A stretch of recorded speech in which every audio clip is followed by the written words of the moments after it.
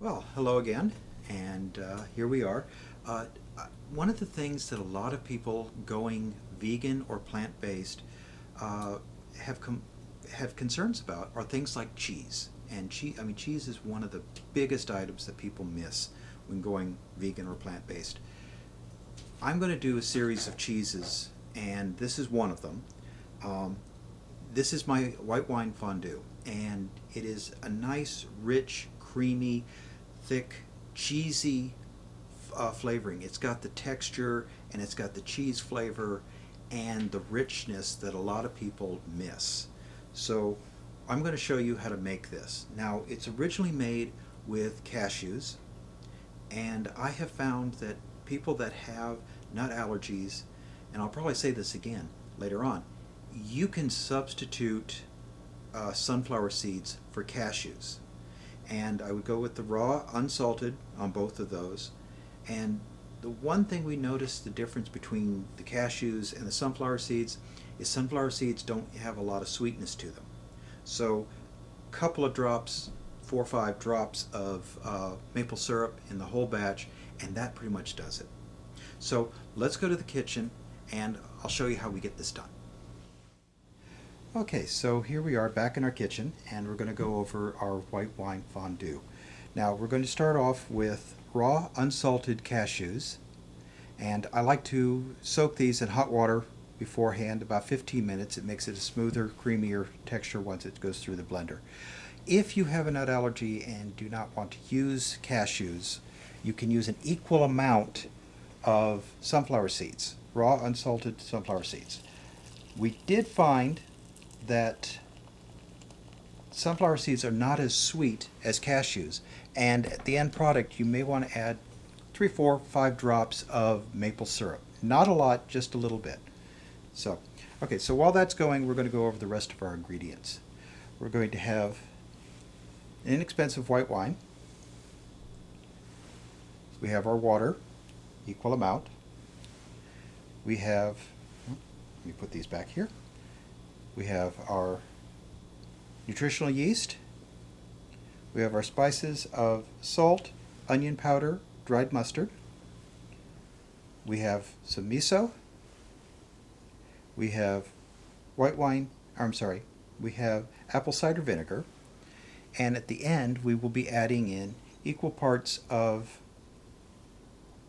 oat flour and tapioca starch. Now, I've only done this recipe with tapioca starch. If you can't find it or you don't have it, you could try using potato, rice, cornstarch. I've never done it. I don't know what you'll get, but if you do try it, let me know. But that's at the very end. So, we will be coming back when these have finished soaking. We'll put them in the blender and we'll get started. Okay, it's been 15 minutes now. The cashews should be done soaking. I'm going to drain those off.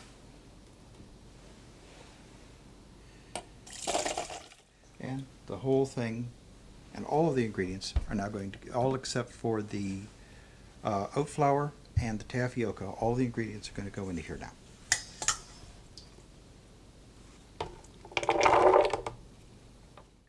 I'm going to add about half the wine and half the water.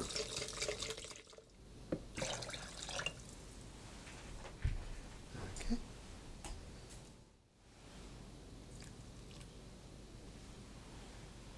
Okay.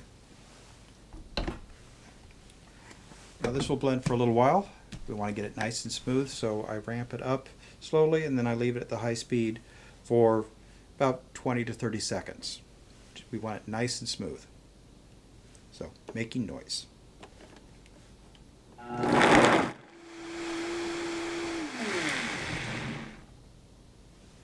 Okay. Now,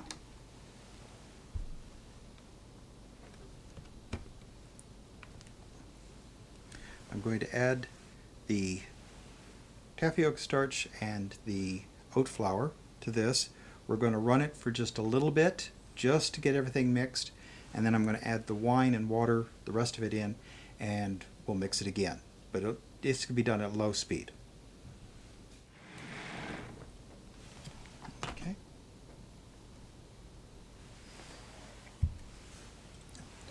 rest of the wine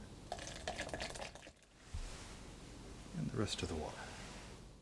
And again, nice slow stir just to incorporate everything. Okay, so there's our base. Now, because I make this in a nice large batch, I use this as an ingredient for a bunch of other things as well. Scalloped potatoes, things like that.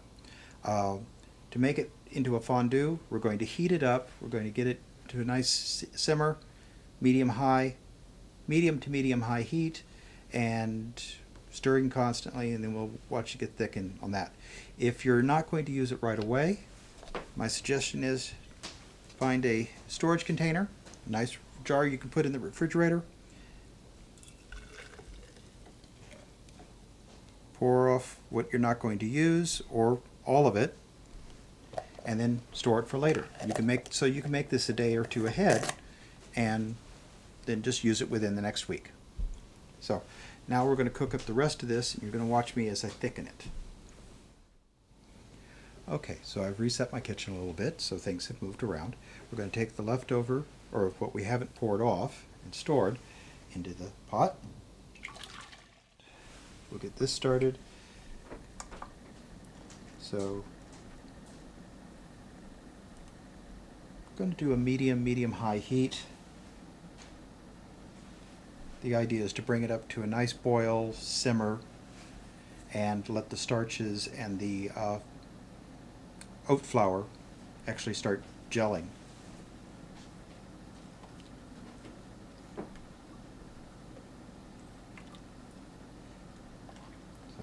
It takes a little while for it to get up to the temperature, so we'll be here, but you want to keep an eye on it, stir constantly, and then when it starts to gel, you're going to see it go really quick. Okay, this has been going now for probably about 3 minutes. We're starting to gel a little, and you do want to keep stirring this constantly, because the bottom is actually cooking faster than the rest of this, and so it has started to gel. Now this is starting to get a little thick, as you can see from the overhead projection, and we're bubbling. I'm going to start lowering the temperature down, because I want this to go for a few moments.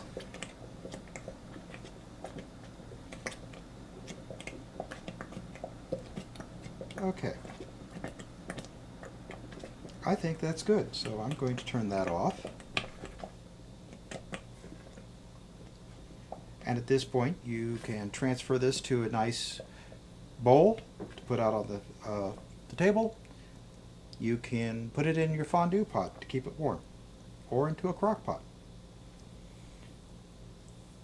Okay, and that essentially is it. Okay, so we've transferred our fondue to the pot, and as you can see, I've set up a nice plate with a variety of items we can use. I have some sliced peppers, I have some fruit, some pears, apples, bread, usual. I even threw on some pretzel sticks, if I can learn to talk now. Some pretzel sticks that you can use. So you can use this with a variety of items. You can also add a variety of spices to the fondue to give it some flavor. Traditional nutmeg is used as a nice little sprinkle across the topping. If you want to raise it, the heat, you can add some ghost pepper or some chilies. Just play with the combinations.